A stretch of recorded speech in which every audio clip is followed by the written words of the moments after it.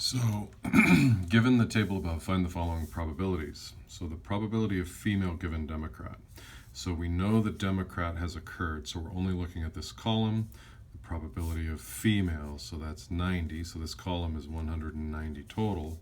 So the probability of female given Democrat is 90 out of 190. So what is that as a percentage? Oops, try that again. That's 47.4%. Probability of Republican given female. So Republican given female. So now I know I'm only looking at the female row. That's the given occurrence, right? So there's a total of what, 150 females. So Republican given female would be 60 out of 150.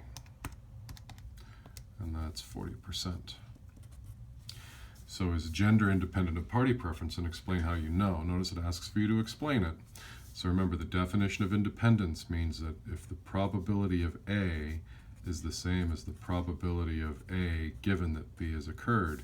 So in other words, let's say, well, what's the probability of female? Probability of female is, well, how many are there altogether? 1, 2, 10, so a total of 400 people. So the probability of female is 150 out of 400. So 150 out of 400 is 37.5%. But the probability of female given that Democrat has occurred, probability of female given Democrat is equal to 0.474. So explain how we know. What's our definition here? Did this occur? Is the probability of female the same as the probability of female given Democrat? And the answer to that is no. So in other words, if I know you're a Democrat, you're more likely to be female than just the probability of being female overall. Number 4, given a standard deck of playing cards, find the probability of drawing 2 kings in a row if you do not replace the cards as you draw them. So I have, what's the probability of a king and then another king? So how many kings are there? Well, there's 4 out of 52 cards. But then the second king now, that's conditional based on the first king, right? So there's only 3 out of 51. So that's 12 out of 52 times 51, which is 2652.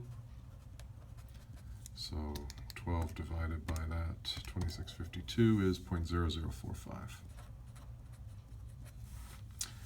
If the probability of rain on any given day for the next week is 20%, then find the probability that it does not rain at all for the next 7 days. So that means I have to have failure to rain 7 times in a row. So the probability of rain, that's 20%. So the probability of no rain, or rain complement, that's going to be 80%.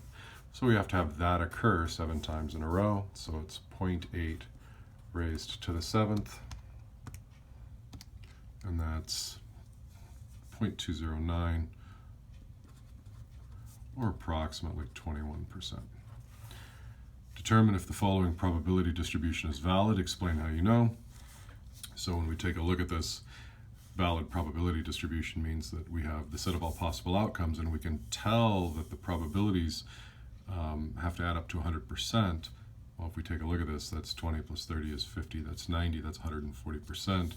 So therefore the answer is no, it's not valid, because the sum of the probabilities is not 1.0.